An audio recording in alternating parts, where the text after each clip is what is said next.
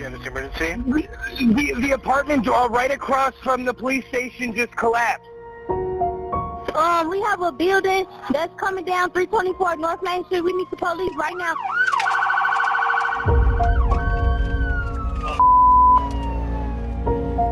I need manpower to help me evacuate this building. Guys, let's get back, get back. Oh my.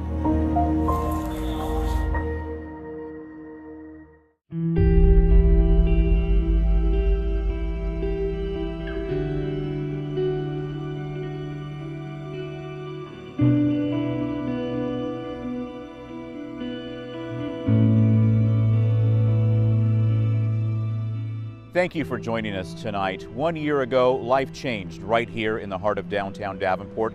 Just before 5 p.m. on May 28, 2023, 324 Main Street partially collapsed, killing 3 people, destroying apartments, and forcing businesses to evacuate. A lot has happened since then. Tonight, we'll look back at the tragedy, hear how the community is rising from it, and explore how lawmakers are working to prevent it from happening again. Let's start right here at the corner of 4th and Main and take you back to the early 1900s. In 1907, construction finished on the Davenport Hotel, which was known as one of the city's finest accommodations. 76 years later, it earned a spot on the National Register of Historic Places. That listing shows it ushered in a period of tall buildings downtown and connected this area to the Chicago, Rock Island, and Pacific Railroad. The building was bought and sold over several decades until Andrew Wold's company bought it in 2021. Fast forward to early 2023. In the months before the collapse, contractors, city employees, and residents all shared concerns about the building.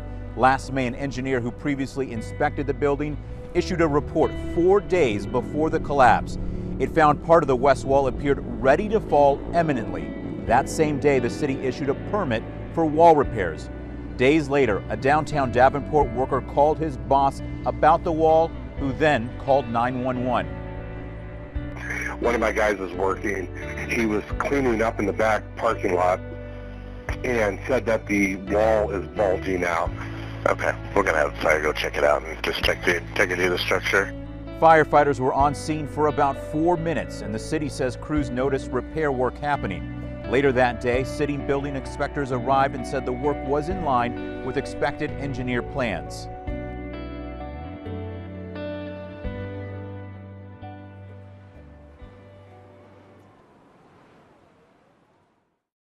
On May 29th, the city announced it ordered the building torn down. That same day, community members protested the demolition decision outside City Hall after firefighters rescued a woman from a 4th-floor window. Protests there lasted for days as the community demanded answers. Demolition eventually started on June 12th. Days later, Davenport City Council approved $600,000 in assistance for impacted residents and businesses. And fast forward to a little more than 3 months after the collapse, the city released an independent engineer report. It found contractors and building engineers underestimated the issues, delayed repairs, installed weaker replacements, and did not adequately support the wall. Davenport Engine 1. EMS accident fast track solo. The Davenport Landmark Apartments at 324 Main Street. Immediately after that first call came in, dozens of first responders flooded the scene. Tonight, for the first time, you will see police body camera video showing what happened minutes after help arrived. Just minutes before 5 o'clock, Davenport police begin arriving on scene. What happened? That was coming out. We were trying to brace it. We had it all braced and stuff like that. But I started backing away. Let's go. Hey guys, let's get back. Get back. Moments later, more officers arrive near the library, blocking the intersection. Let's start evacuating these this way. Meanwhile, others start evacuating buildings around the area. This whole side of the block. Including the Me and Billy restaurant just a few doors down. The whole backside is gone. Then, about 20 minutes after the collapse, It's like a bomb went. Fire Marshal Jim Morris gets officers ready to head inside. I need everybody that you have here, right here, so we can start coordinating. Evacuate the building. As residents come out the front door, officers point them to the church across the street. Go to St. Anthony's. Then, 8 first responders walk in at about 5:20, looking around before making a plan to evacuate anyone still inside.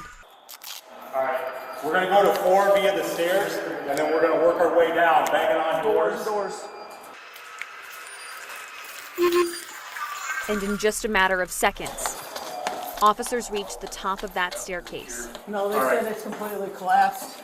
Oh, this is a dead end? Okay. Does it go through? Hold on. Hey, Chief. Check right here. There's a doorway over here on the other side of the gym. They check those doors. Nope, it's secure. Yep, it's secure. Before heading back down the stairs. They check the hallway at the bottom of the staircase before another officer checks a different area closer to the front door. Nope. Then, about 90 seconds after first walking in, Let's step out. There's too much gas in that. officers leave after smelling natural gas. Back outside, And he lived in apartment 509. family and friends worry their loved ones are still inside. Did he leave by himself? Yes, he did. Okay. And this is just the beginning. Hours after that initial response, dozens more first responders arrived on scene, and that includes a group called Task Force 1. Jenna Webster shows us their carefully calculated steps inside and their mission in what they call a sacred place. So this is one of the sketchier points of the building. In the hours after the building collapsed, Iowa's Task Force 1 arrived on scene. There was no power to the building. They're a specialized group from Cedar Rapids and Sioux City. So it just was kind of dark, cold. Designed to be deployed in emergencies. Just wasn't a great feeling. When local departments need support. Down in the hole, on the rubble with buckets, shovels. Colton Dahl is part of that team. A little surreal. Surreal still to think about today. We tried to get into an apartment and we weren't able to get in. We put our search camera in and right below us there was nothing. The entire apartment was gone and it was a straight drop into the rubble. The team was immediately tasked with shoring the building, always working with structural engineers to find the safest spots to enter. If we start to move, is this going to be a giant game of Jenga, right?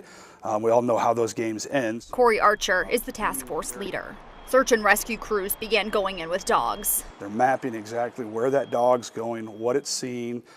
Again, live feed video, sketching to try to identify that if a dog does alert, whether live find or human remains. The dogs alerted 3 to 6 different times. Eventually they knew this was the final resting place for 3 men. It was tough. We knew that their families were outside. And then you come back, you kind of take a breath, you gather yourself, and then you know, hey, who needs help? Who needs to talk to anybody? Rick Halloran is the task force chief. As the dogs alerted, his crews began looking through those voids with cameras, trying to find answers. If we can find something very particular to the person that's missing, that's fantastic. But it might just be intel that says the carpet in that apartment's green. So if we find a void and we put the camera in there and we find green carpet, we know we're in the right apartment. Fitting together pieces of the puzzle. We were able to start to kind of piece together, one apartment here, next apartment slid here, third apartment slid down. In the end, it was little heavy equipment, but 5-gallon buckets, shovels, and hands used to find those 3 apartments. But this is the point and spot. I mean, it's sacred, hallowed ground that this person perished and expired right here at this location. And then there's kind of an all stop. Once we find the victim, it's kind of that moment of silence.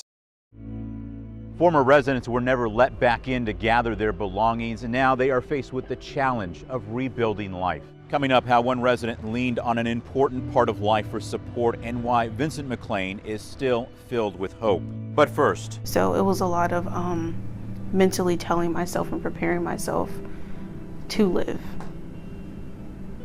Dying wasn't an option that day. A couple separated by the collapse, the fight for survival, and their journey for emotional and physical healing.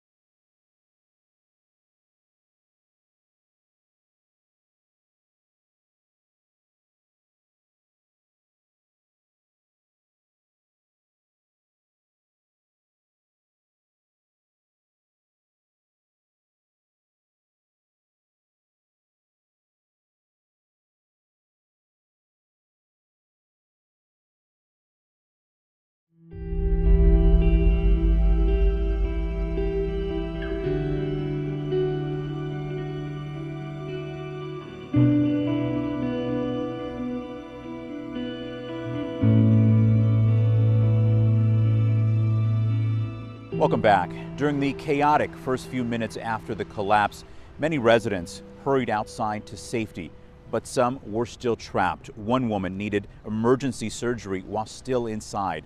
Joe McCoy introduces us to Peach and Lexus Berry and shows us the impact the collapse still has, physically and emotionally. We had sat down to just relax for a moment before we started cooking, and then right outside the door frame, it was cracking at the top. 2 minutes after Peach and Lexus Berry took this photo, disaster struck. We were literally about to head out the door. She already had her hand on the door, but literally within that second, everything fell. And Peach fell with it. 4 stories down, with 2 more stories falling on top of her. Cement just stacked up like on the side of my head, and I did have my arms free, so I was moving a few things so that I could breathe. Ma'am, come with me, come with me. I was scared. I didn't know where she was. I was terrified that she was under something that she couldn't get out of. Okay, where were you at? For the first time, they are seeing video of a sobbing Lexus, showing officers where Peach fell from. You're okay. I knew that she fell because I heard her scream from behind me. I was freaking out because I had no idea where my wife was. Peach was trapped for 8 hours. She held pieces of rubble in front of her face to prevent the broken sprinkler system from drowning her. In those 8 hours, did you ever think you were gonna die? There was a moment, but then my survival skills kicked in, and it was like, no, this isn't it for you. Like, you're going to live to tell your story. Dying wasn't an option that day. A doctor had to amputate Peach's left leg on scene, but the only thing she cared about was knowing if her wife was alive. Hearing her voice when they did get me dug out was the biggest sigh of relief. I just wanted to live and get out of there. I just wanted that nightmare to end. But the nightmare was just beginning. Peach has had 4 surgeries in the year since. She attends physical therapy twice a week and hopes to be walking with her prosthetic leg by the end of the year. Taking it day by day as best as I can, because some days are definitely harder than others. You're doing amazing. Yeah. I'm so proud of you. Beyond the physical and mental fight, it's a fight for accountability. We're doing the best we can, that's for certain. Yeah. But we're standing 10 toes down on getting justice. Some residents inside the building didn't know how much had collapsed. They got out, but left important parts of life behind.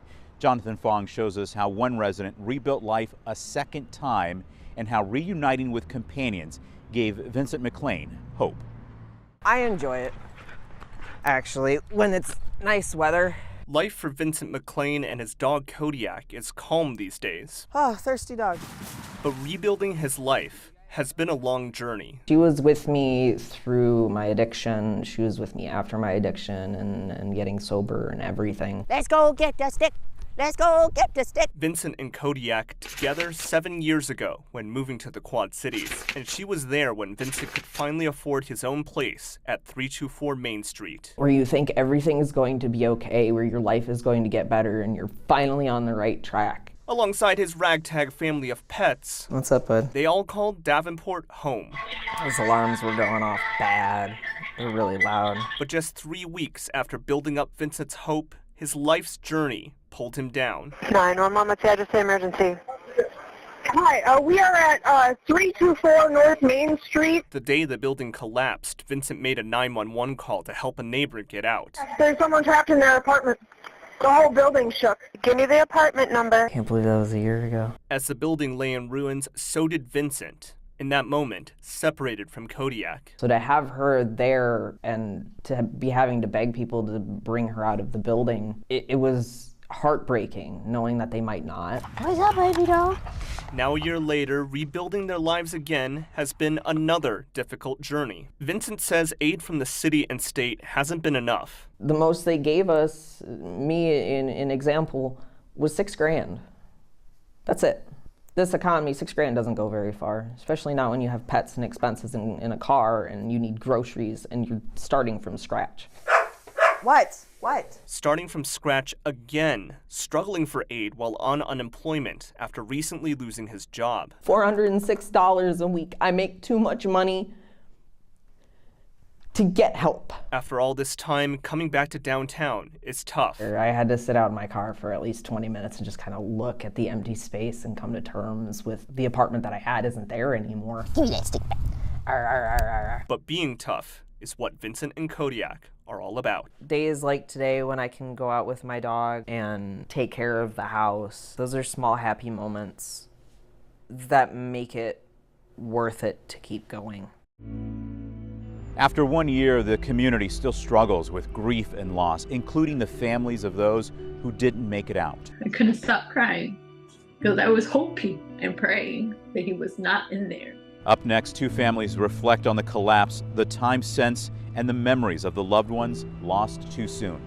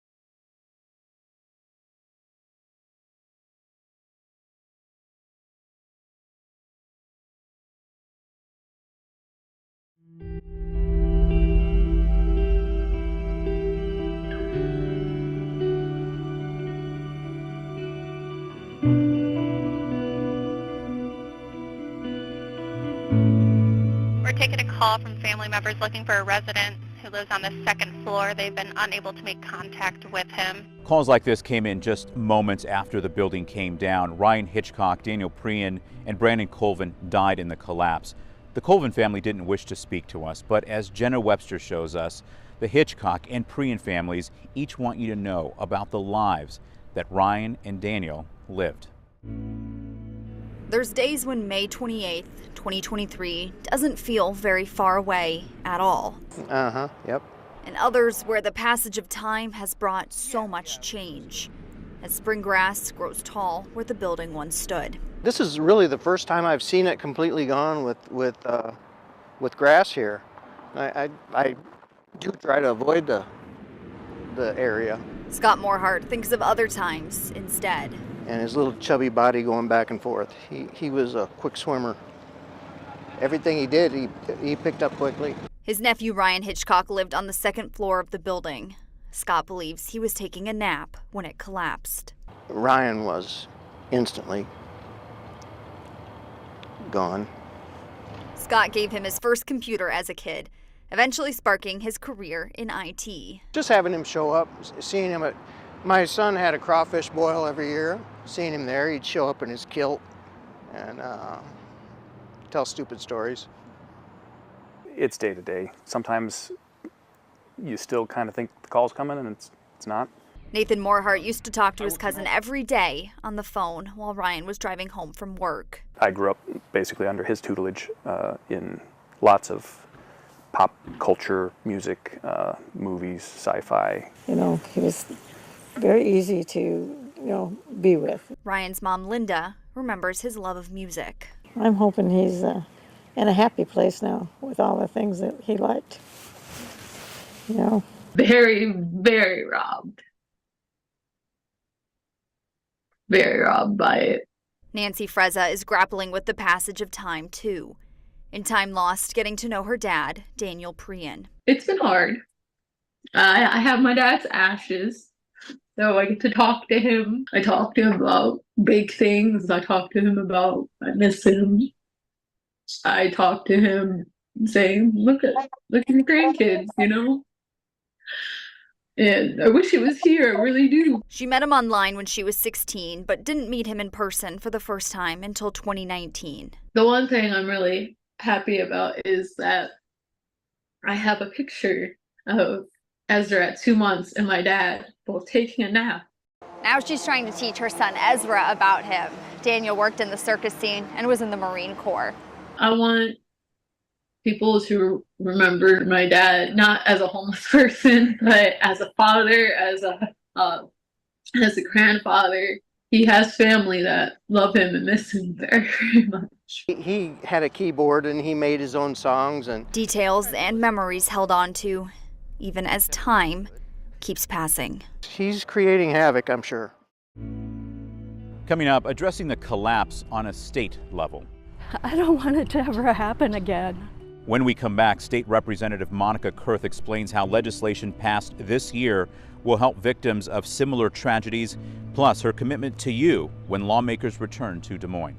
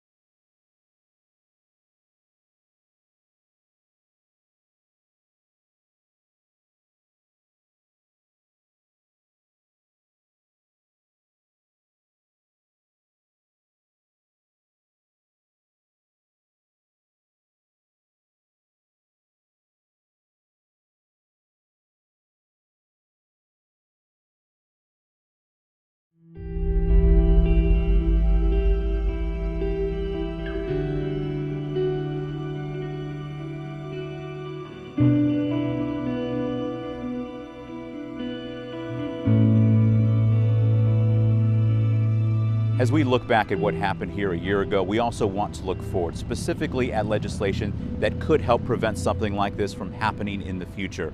We asked State Representative Monica Kurth about that. She does, after all, represent this district in the Iowa House. She talked about two bills passed this last legislative session to help victims and what she will do when she heads to Des Moines during the next session. Are you going to walk into the next session and say, okay, that needs to be a priority for you? Yes. Yes, I am. In fact, I had a meeting that related to land banks, and that has to do with possibly cleaning up, fixing up some of the infrastructure that I've been talking about. And I'm really optimistic. I will be definitely advocating for that one to be brought in and worked on early next year. And it allows rehabilitation on some dilapidated and unfit to live in structures.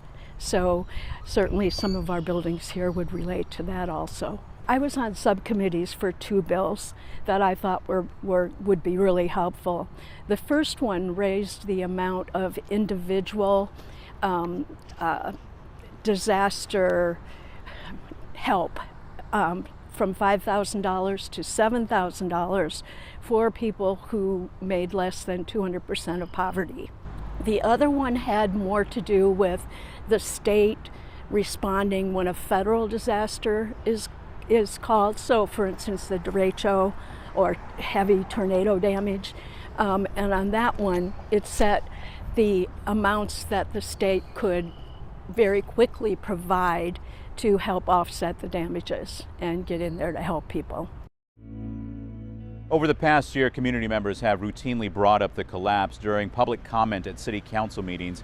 We reached out to Mayor Mike Manson, who declined our repeated requests for an interview, citing pending litigation.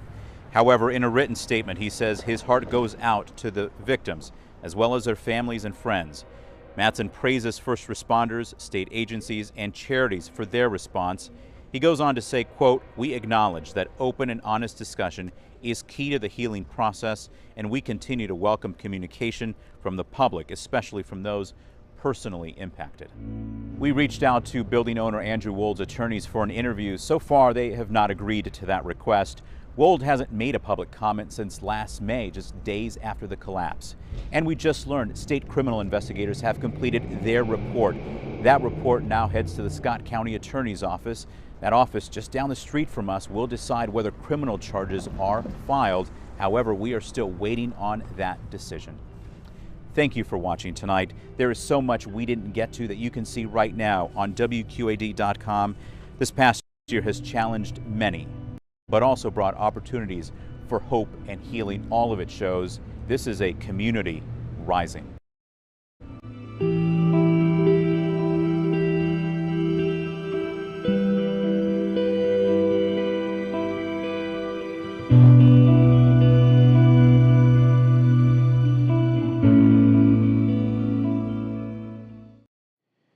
Thank you for being with us on our streaming platforms tonight. As we mentioned, there's so much we couldn't show you in our half hour, but right now we want to show you even more. In just a moment, you'll see extended interviews from the stories you just saw. That includes Peach and Lexus Berry and the Task Force 1 crew.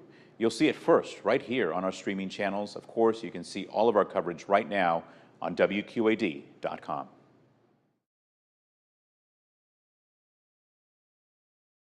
All right, let's just start with how you guys are doing now. How has life been since this happened? I would say challenging. It's just difficult. Everything is new for me just because I'm in a wheelchair now, which I was just walking a year ago. So all the prosthetic training, the therapies, it's different and it's hard.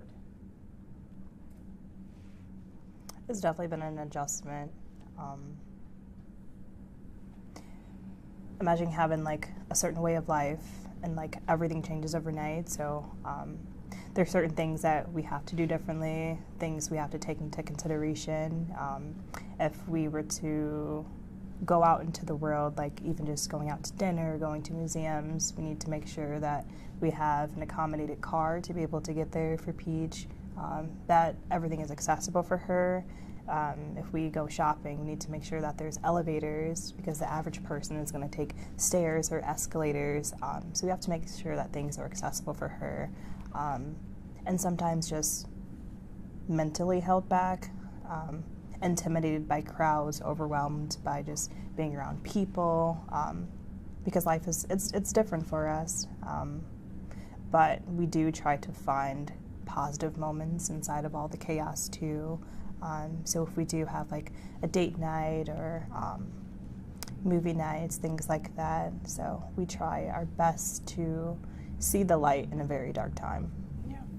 How has the physical therapy to relearn how to walk with your prosthetic been going? It's harder than it looks. I don't think I was prepared for all of it, but I think I'm handling it well. I just wish I didn't have to do any of this, but it just helps my story along. So when I tell it, they best understand like all the things that I did go through. So I think I'm doing the best I can, but I think I'm doing pretty well as well. So definitely need to give myself some credit. How does anyone prepare for this? That's kind of like the biggest thing. Taking it day by day as best as I can, because some days are definitely harder than others. Some days I don't want to go, but I think the more I do it, the better I'm going to become at it. I'm just ready to walk, really, and get back to all the normal things that I used to do so that I don't have to do the accessible this, accessible that. Like, those things are hard. I don't think I've ever imagined myself the way I am now, but I am getting used to it. I think I'm handling it pretty well. You're doing amazing. Yeah. I'm so proud of you. Because I don't know. I don't know who could really deal with this the way that I am. I'm actually shocked at myself. Just the strength that I've shown and how much I've overcome in the past year. I can't even believe it's been a year. It still feels like this just happened months ago. Yeah. So much time has gone by, so many things have transpired, so many surgeries, hospital visits, rehab, inpatient, outpatient, therapy, therapy for our mental health, just to make sure that like we're healing appropriately. there's a lot of things that go on, but I do commend you for your strength, because I don't know how I would be if that happened to me or vice versa, but I think one thing that helps is that we have each other. And so if one of us is down, the other one is always going to pick each other up. I can't imagine doing this alone, so I'm happy that I have my wife after all the chaos. What are you said it's been a little bit more challenging than you expected. What are, the exercises that they're having you doing? What are some specifics that are difficult? Honestly, the endurance of imagine sitting down for a year and then you're up now and you're trying to walk. So then those are the challenges I face. And then also just getting the motion and the movement and trusting the prosthetic, because now that's my anchor now. I have to rely on that. So it's hard. It's more like a mental thing though. But I think with time and just the repetitiveness of it, it'll get easier. It's starting to get a little easier, but it's definitely going to be a while. Is there a timeline of when you hope to be able to be walking on that? I'm thinking by the end of the year, hopefully just walking just with a cane, without a walker and without any type of support. So I think by the end of the year I should be closer to my goal. Yeah. So you mentioned how life has changed in terms of not being able to do things that you guys were used to doing. What are some of those things that have some of your go-to activities that you're now not able to do or you've had to adapt? I like to walk around. I like to see things. Of course I can still do those things in a wheelchair, but it's just still different. We do the travel, so that's different now. It's a little bit harder, and just basic things like car transfers, restroom transfers, bed transfers, trying to cook, and all those things are different and they're challenging. So getting around. Yeah. Mm-hmm. We're in this big, beautiful city, and there's so much around us. Yeah. And being in a city like this, you want to go out, you want to explore, you want to do things, but we can't do everything that we would like to do. And if she's in her wheelchair, she might get overwhelmed, I might get overwhelmed, because there's people that crowd us because it's such a big city. And sometimes people aren't courteous, even though she's in a wheelchair. They don't move out the way, they don't hold the door, just things like that. So sometimes that can just be a little bit of a bummer. It can be a little discouraging too. We just went shopping a few weeks ago.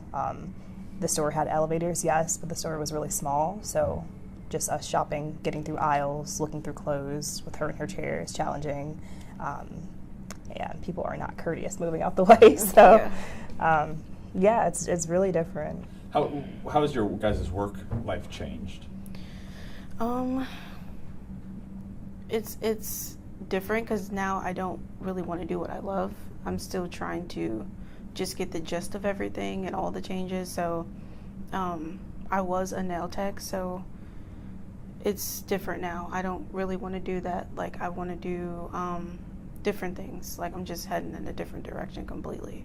So, and I was working from home doing customer service, but those are the things I just don't want to do anymore. So yeah, I'm not really. We're blessed to be able to have taken the year off to just heal all around. I can't imagine going back to work and having to really engage when mentally it's already hard just me leaving to the house just to go to the store across the street. So definitely blessed to have this time to just get to know ourselves, because we're completely different now. We're not the people that we were just a year ago. Yeah. How mentally taxing has this whole legal process been for you guys?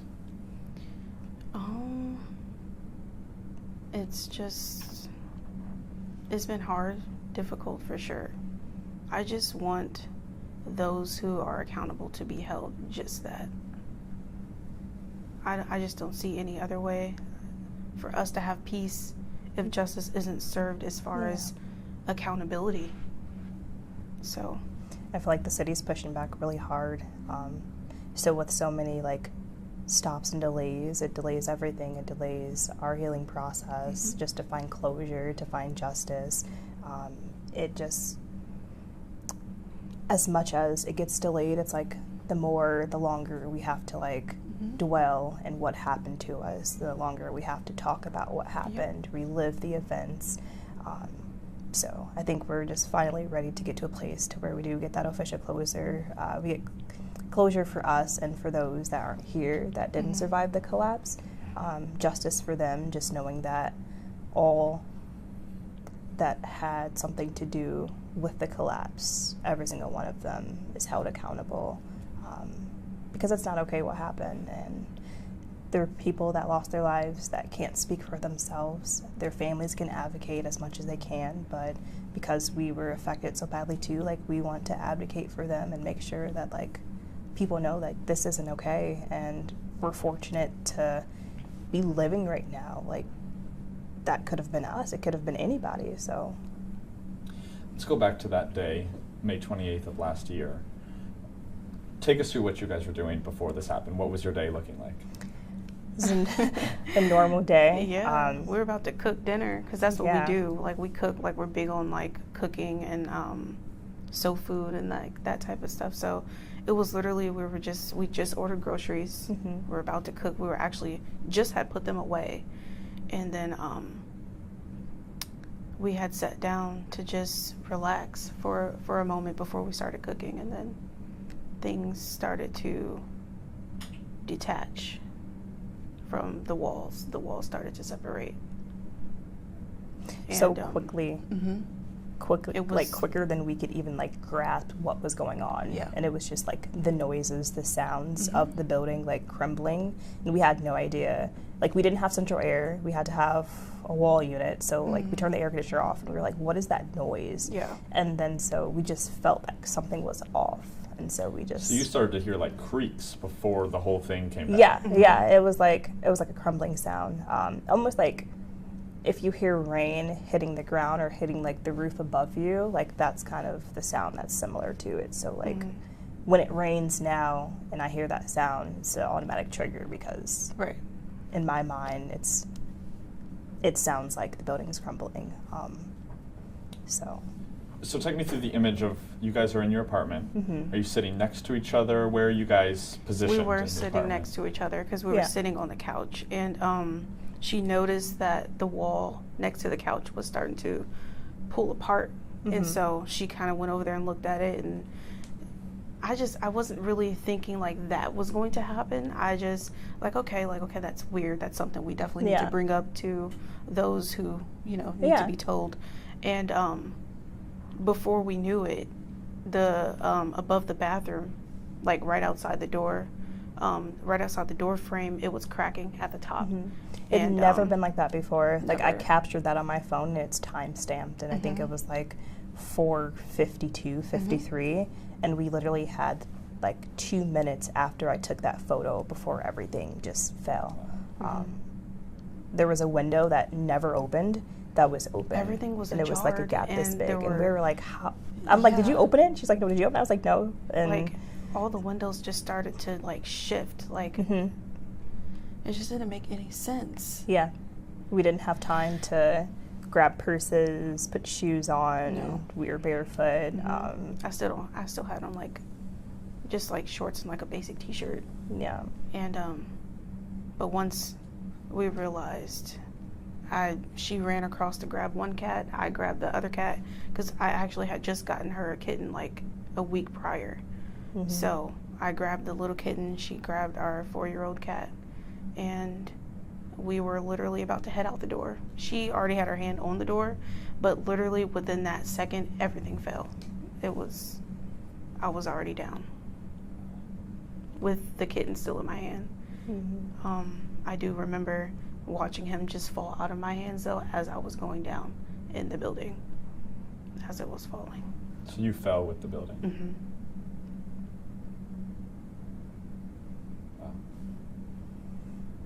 And what floor did you guys live on? The 4th. So you fell four stories down? Yeah. With your cat? And then 2 stories above us was falling on top because it was a 6-story building. So she's falling and everything's falling with her and falling on me. And I had a cat too, Marley, which he didn't make it out the building.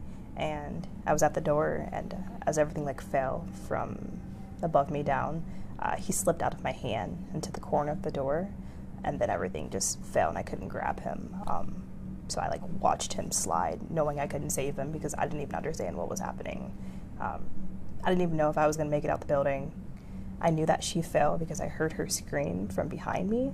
So I'm just like standing here on these pieces of wood with nothing surrounding me. I can't see anything.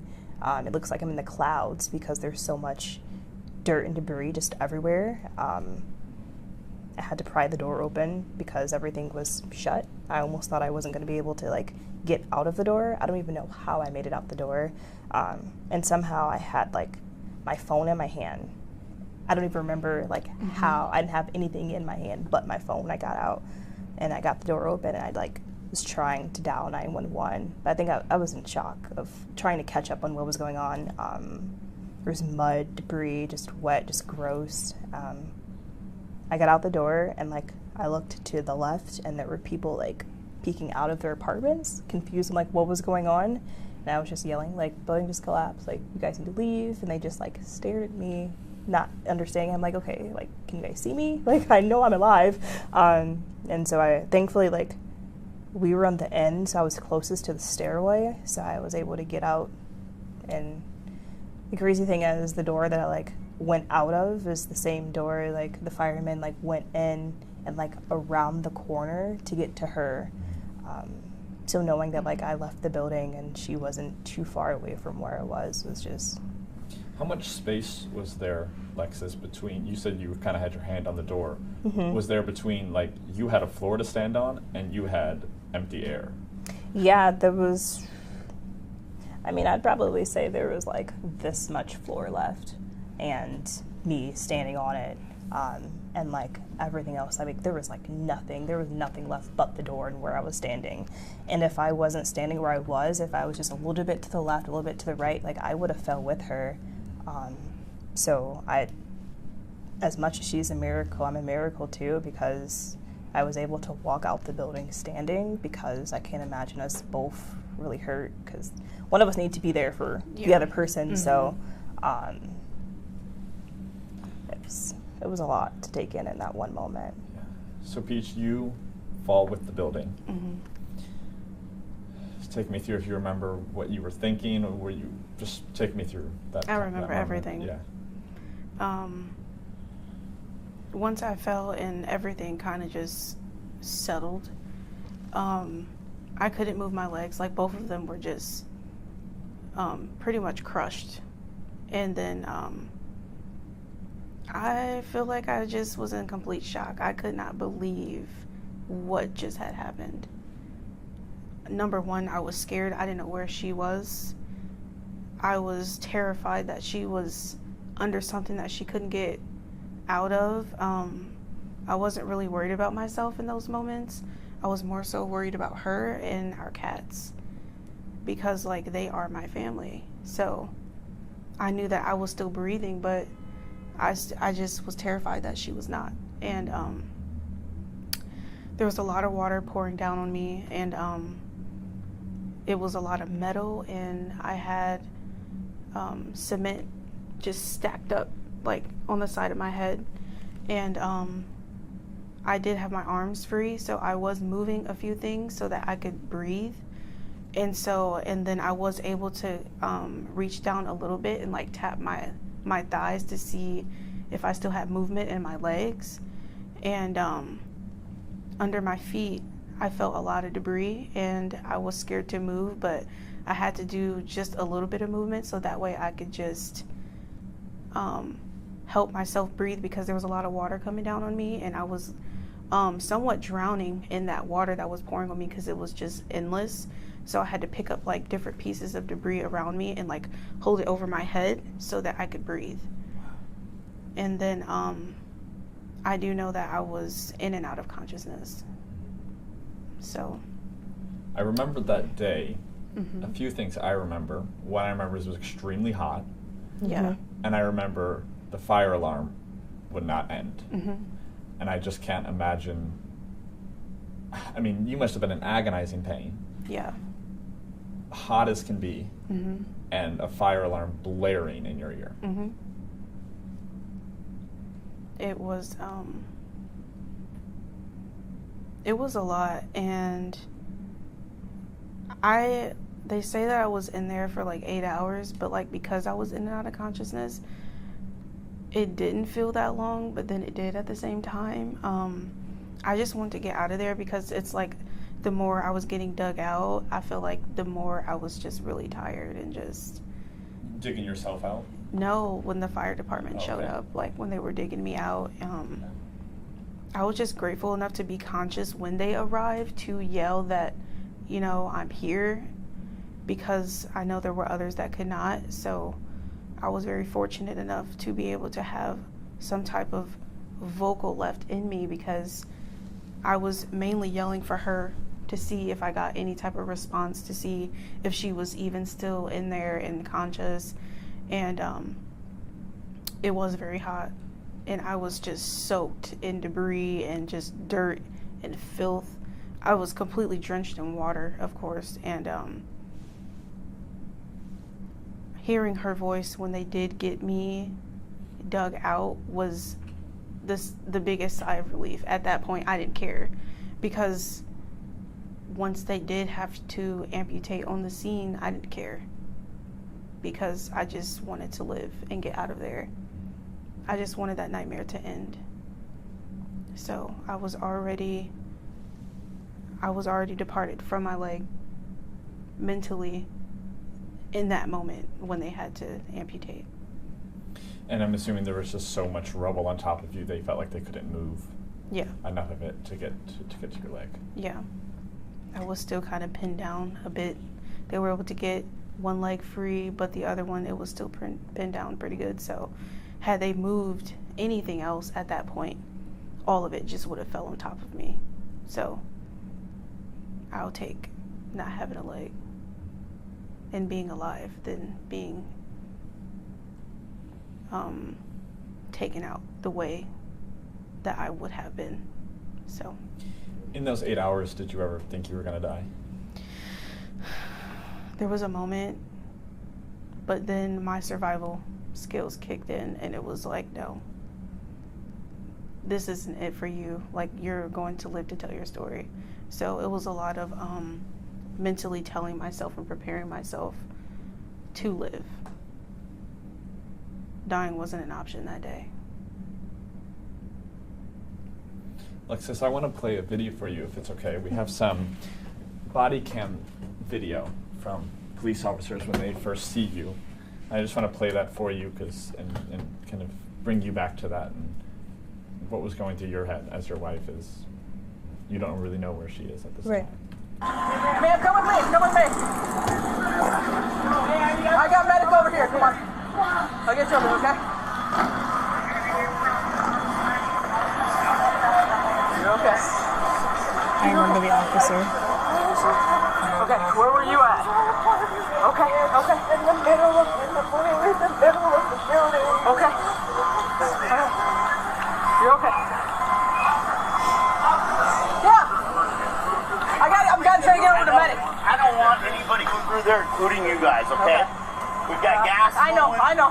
Seriously. I know, I'm with you. Let's see. We're gonna get you over there, okay? Here. You good if I walk around the north side? Yeah, just go out. All right. Yep, I'll go right this way. Come with me, okay? Come on. Okay. Okay, come with me. Okay, we got fire working in, okay? Come on.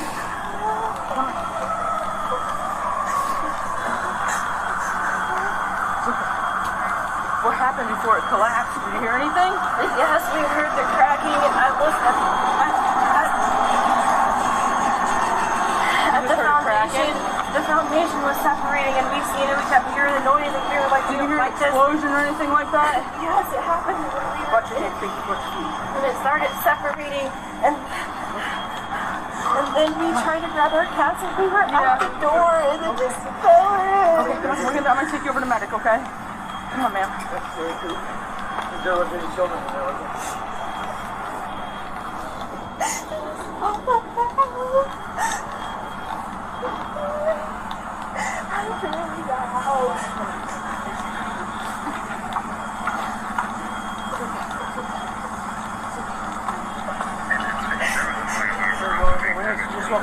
street, okay? In case anything else happens. We had both of them in our hands. Did you? And then it just I'm taking over the medic. Yeah, I know. I've got him CP over here. It literally just fell in, and everything just fell on top of me. And I barely got out the door. Like there was this much space at the door, and the rest of the floor was gone. Okay.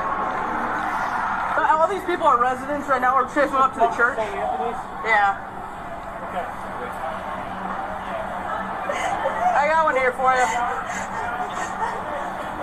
She was in it, 4th floor. Her apartment collapsed. Okay. Can you get to the ambulance with us?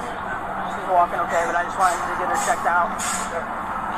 I think it cut me in the neck. Okay, they're gonna take a look at you, okay? The male EMT came to visit you at the hospital when you were awake. Whew, that's a lot. Okay. Yeah. Just take me through those moments. What's going on in your head?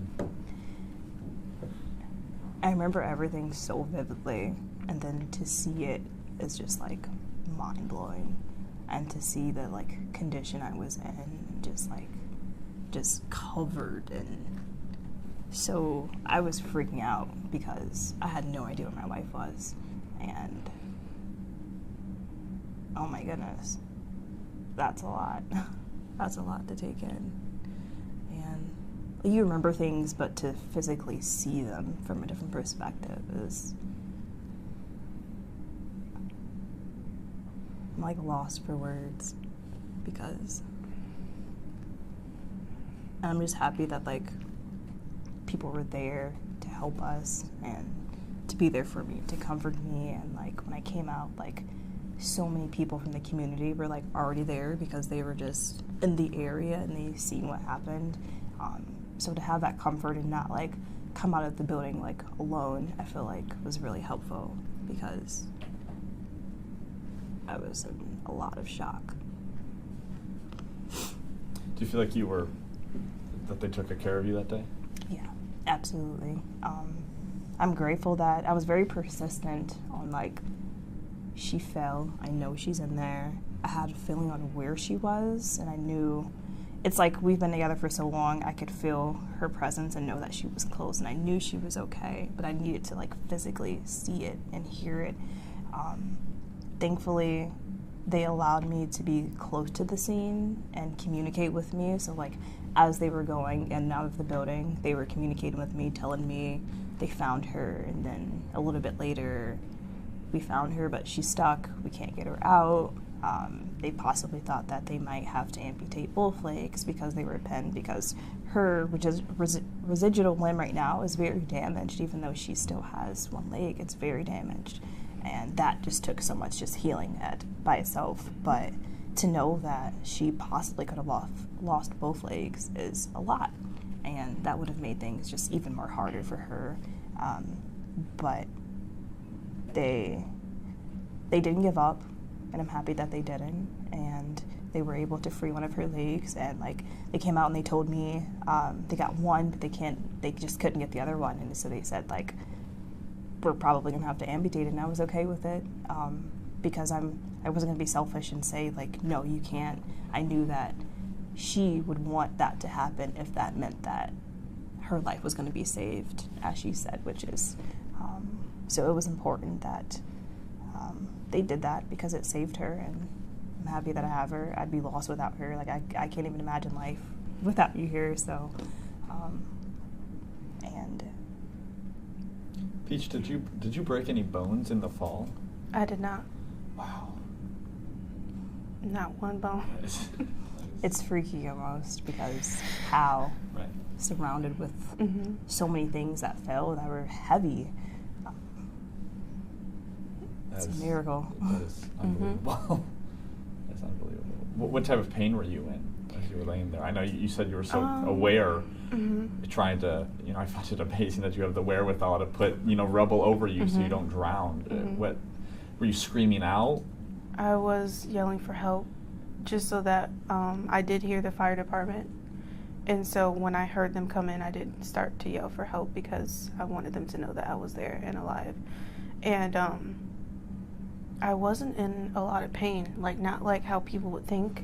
I feel like I was just too in shock to feel anything. And then the body does some incredible things in situations like that.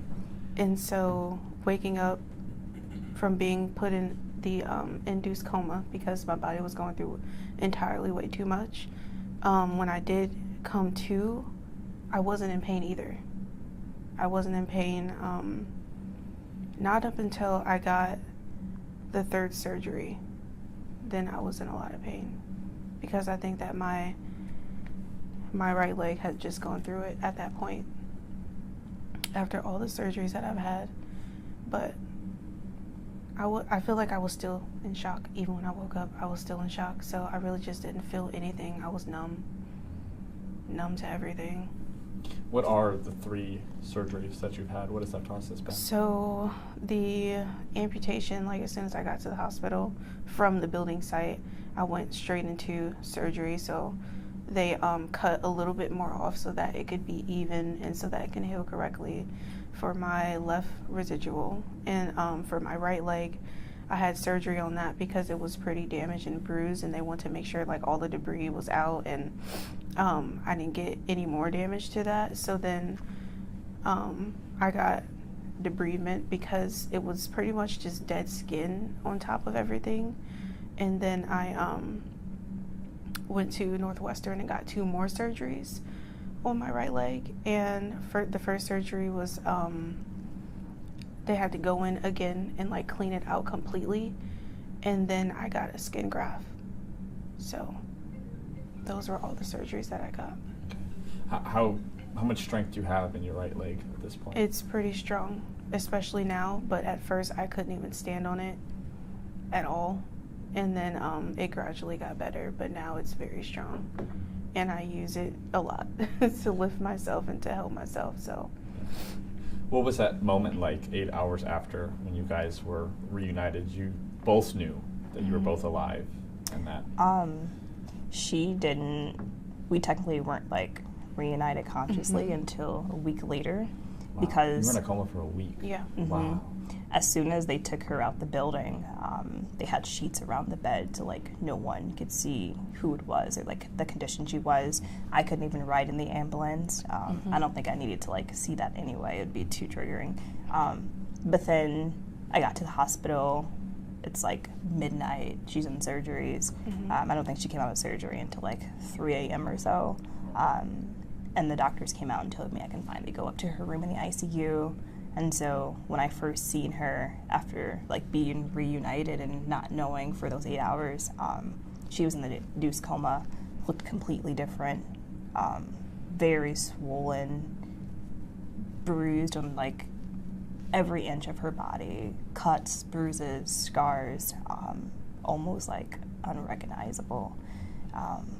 So it was different, and she was so swollen that I couldn't touch her because if I touched her, it was just too puffy. So I just had to love her from a distance and let the doctors and the nurses take care of her. I never left the room. I didn't leave the hospital either. So if I left the room, it'd be like to go get coffee or something, or they'd like force me to go eat something. But I was like not leaving her side like the entire time. So. Peach, were you conscious when they amputated you? Yeah, but I didn't feel it. I think they had gave me medication at that point too. But I didn't feel anything. But I was aware and definite exactly what was happening and what was about to happen. So. What hospital did they take you guys to? Was it I think it was Genesis East. Genesis. There's a bunch of Genesis in the Yeah. Mm-hmm. And then you woke up after that week. What was that week like after? Still trying to get my mind right, like know where I am, what I knew what happened, but still trying to talk because I had a tube down my throat too. So when I woke up, I immediately asked for her, like, where is she at? And I just need to see her. Yeah, So. I didn't see her first moments waking up. I had been there every single day, and the one day I left there was Salvation Army, and I think it was at like the YMCA or something like that. And so they had a bunch of like gift cards and things to like try to set people up for success. So I went there. That was already overwhelming because everyone was just such in a crazy like mindset. But I knew I needed to get there to like forward mail and just try to get an ID. Wasn't able to get one. And so my mom was actually there at the hospital with her when she woke up, and she was singing to her like as she was coming conscious. So, And before they put you in that coma, you knew that Lexus was alive as well, correct? Yeah, Okay. because she was there like right before they amputated. She told me that she was there. Yeah, they let me go into the site to talk to her, and I feel like it was because I think they were just uncertain of the circumstances, and I think that they were just very afraid. I knew that they wanted to save her, but like anything could have happened in any moment. So I feel like that was my time to like see her, tell her I love her and everything's okay, just for both of us to have a peace of mind. But I definitely did not want that to be the final goodbye, so I was like, you guys have to get her out. And to see her in that moment with all the debris surrounding her, like the place was just disgusting. Like, and they're holding her up by her back because her legs are pinned, so she's like midair, like hanging, and they're making sure like she's not falling. So when you fell on your back? Is that how you were laying? When I fell, it was like straight down. Like I was. Or you fell like feet first? Yeah, feet first. So what position were you in for those 8 hours? It was like angled. Yeah. Like okay, this. you were like, okay, I see. Yeah. Yeah. I see. So I'll never forget that image. Seeing her like that? Yeah, and everything like around it too, like the condition of and everything she had to breathe in, and to look at all that for 8 hours, like I can't even imagine. Like, so I'm so proud of you. Could you see anything, or was there just so much rubble in front of you? I can kind of. I don't remember what exactly I was even looking at. Like, I do remember a lot of rubble around me. I seen the sky, but that's pretty much it. I didn't see anything else. It was just debris everywhere, smoke, and just cement and flooring. And then did both of your guys' cats die? One of ours did, which was our Otis. We had him for almost 3 years, adopted him when he was like 1.5. We still have our kitten though. Yeah. He made it. So did you have the kitten in your arms? I did. She had the kitten. You had the oh my god. Yeah. So you fell with the kitten? Yeah, and as I was going down, I seen him just fall right out of my hands.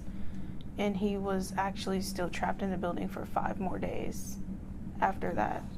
And he was found, thankfully, and he's our baby. Yeah, he's a wild child. Yeah. He didn't have any scratches or anything either, which I just can't believe. Like, he's full functioning.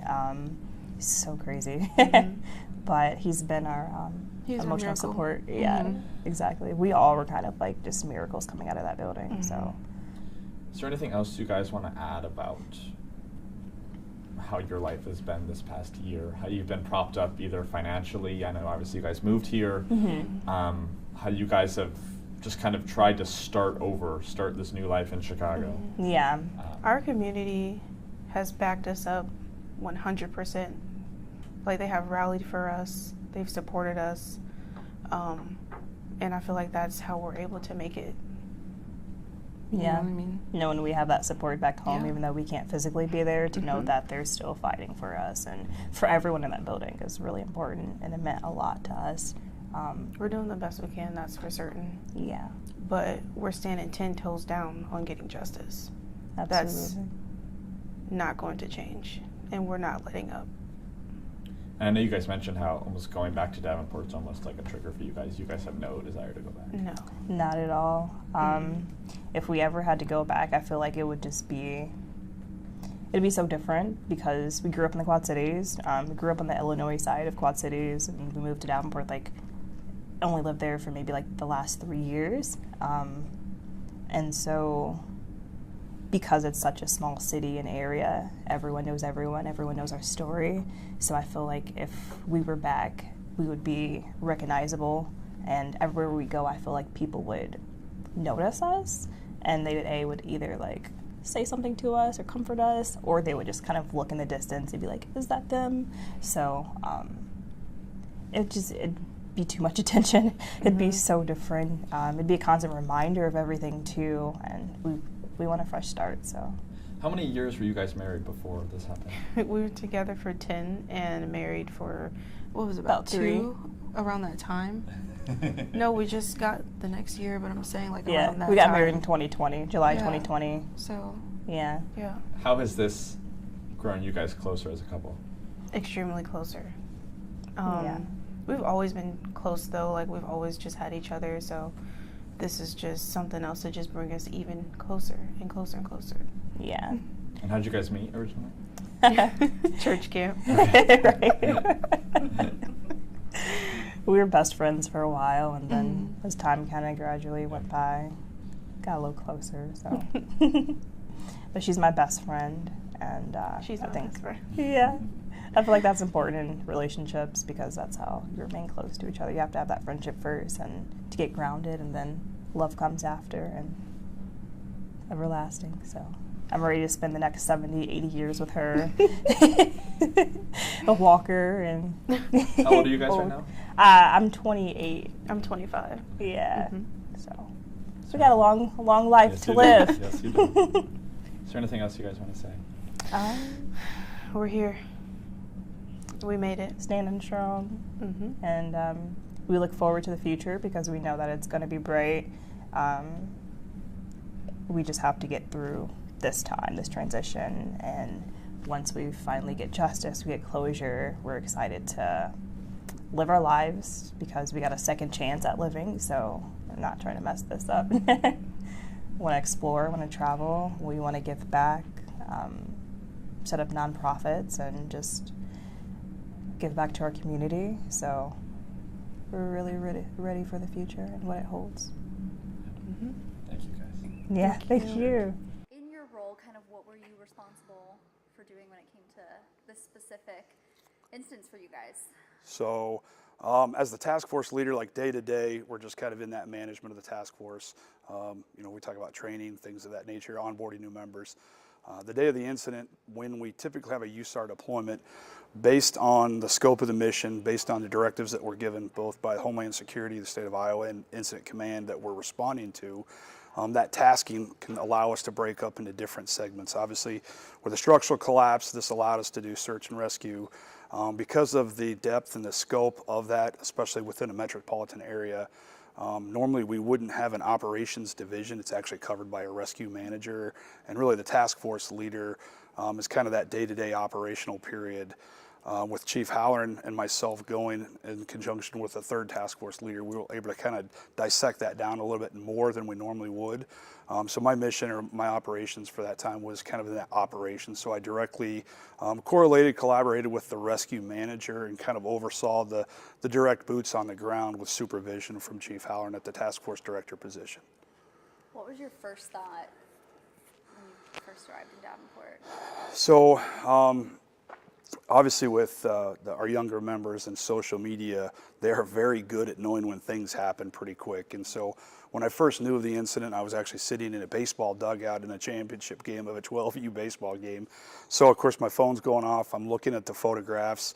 And then again, Eastern Iowa, it's a pretty close-knit community with first responders, firefighters, and police. So we had a lot of information early on, but again, until you get there and you're standing at the footprint of that building, the scope doesn't really quite hit home until you're at that kind of threshold. And anytime you have a 6-story building that has, a turn-of-the-century construction, unreinforced masonry, it is a tremendous amount of material.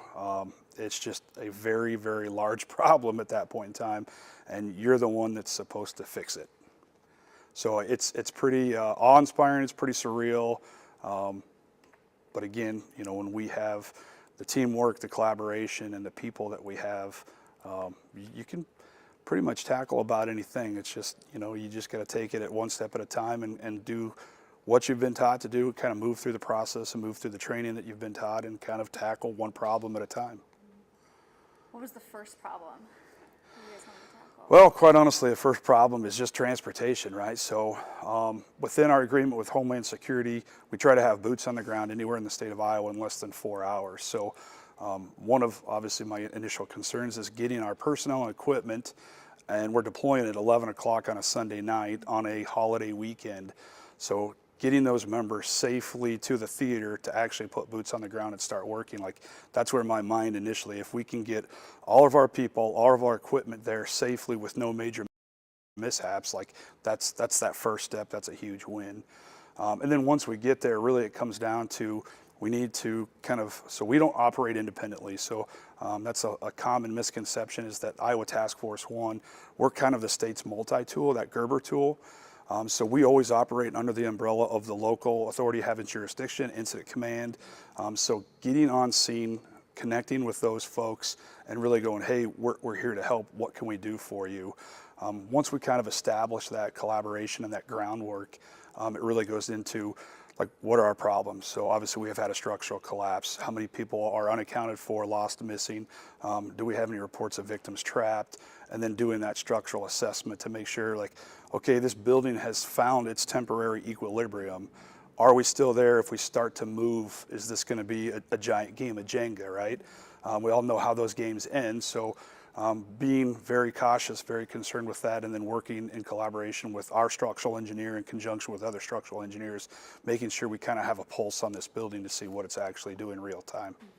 When you guys first went in and started rescue efforts, do you guys know if there were still people in the building, or how were you guys approaching that? So whether the fire service or whether urban search and rescue, we always assume that there's somebody there, right? So we always operate, we have really two modes. There's rescue mode and recovery mode. We always operate in the rescue mode until otherwise deemed prudent to shift strategies to transition. So we didn't have great intelligence. We knew that working with local incident commander and the law enforcement in the area, that the structure had a very transient population. There wasn't really definitive information of who was in the building at the time, how many of the units were exactly rented, because I mean, again, it was a short time from collapse to our arrival. That data just takes time to compile. And again, it's Sunday night on a holiday weekend, how many people are working. So we didn't have a lot of detailed information as far as victimology or the number of occupants, but again, we just assumed that until we actually had physical contact, had footprints in those rooms, in those areas, and then in conjunction with canines and tech search equipment, and unless we could positively say there's nobody here, we just assume there's somebody there. So once we kind of got that structural assessment done, then it was really the search operations, which going room by room, floor by floor, and then of course trying to avoid some of those areas until we had either securement in place as far as shoring, or we had the kind of the arbitrary thumbs up for the structural engineer saying, hey, you're good to go here. We avoided areas and then we sent canines into those other areas. So we always try to provide at least 2, sometimes 3 means of search, and again using physical search for us human eyes, canines, and then tech rescue or tech search. Yeah, I remember seeing all the video. We have all the video of the dogs searching and stuff. Talk to me a little bit about kind of what they were doing and what they found. So the canine aspect is, obviously it's very near and dear to a lot of folks. We do hours and hours of training, right? Their entire life is training. So between the canines and the handlers, there is not like where we train 2 or 3 hours maybe in a day, like that's their entire life. So yes, they garner a lot of respect from the public, but it's not near as much as what they actually deserve, because it is truly a lifestyle for those individuals. But what ends up happening is, as soon as we're on site, again, we try to render that building or at least assess it to make sure it's safe as well for the dogs, right? They're part of the team just like one of us, albeit they go into some riskier areas. And what they'll do is, there's really 2 different types of canines. So you have a human remains or a cadaver dog, or you have live find. And a lot of that deals with the ambient conditions. So if you think of from the time of the collapse, if somebody's deceased, where does their scent change from being a live find to a human remains? In conjunction, you're dealing with wind speed, humidity. Now think of all the things that are in your home that emit a scent. And the dog has to filter through all that in conjunction with things like cats, rodents, I mean, you name it, anything and everything. Their ability to smell is anywhere from 1 million to 10 million times that of the human, right? So as we kind of render that building safe and we start to send those dogs in through, then it becomes a very detailed mapping process to where they're mapping exactly where that dog's going, what it's seeing. Again, live feed video, sketching to try to identify that if a dog does alert, whether live find or human remains, that we can essentially try to pinpoint that or at least narrow that down. So we talk about the difference between detection and location. Detection is, okay, we know that there's somebody or something there, where location, think of it as more as we try to triangulate and pinpoint exactly where that person is, because then we can target our efforts, right? Very difficult to do in that type of a collapse, especially with the unreinforced masonry, lots of sand, lots of aggregate, and it really kind of compacts with that force, so it almost acts as like a cap. Dogs did give indications at that point in time, and we're running both live find and human remains. Depending on how that information comes back, we always say we trust, but we have to verify, right? So there's times where we can get right in there and use text search. So acoustic listening devices, cameras. If we're not able to confirm that, then we still look at that as that's just a high degree of suspicion. Like that's a point of interest for us. And so that really was what our operations were from about 0100 to about 06, 0700. Once we had compiled that data, we met with Incident Command, the mayor, and some other folks, and we kind of like said, here, this is what our data is. And at that point, it's your ability, to make those decisions that you need to make that benefits your citizens and your department and your city. Do you remember, this is kind of a specific question, how many times the dogs alerted? Our search manager would know that by heart, but I think there was probably anywhere from 3 to 6 different points of interest. A lot of them obviously were in and around the vicinity of where we call it the pile or where the collapse was. There was a couple that were kind of like, as we were trying to put the building back together, physically or mentally in the mapping, like there were some outliers, but a lot of those times, and we knew from having responded to Yarmouth the year before in southeast Iowa, we can get some weird indicators where the dog is detecting the scent. Not that the scent's coming from that location, it's just how it traverses through piping, conduit, a pile, that they're picking it, and so they'll alert where they've picked up that scent, not necessarily where that scent's emitting from. And it being pretty unique on the western wall of that structure, we were contending, and most people don't, think of like today, right? At 0600 this morning, it's 42 degrees outside.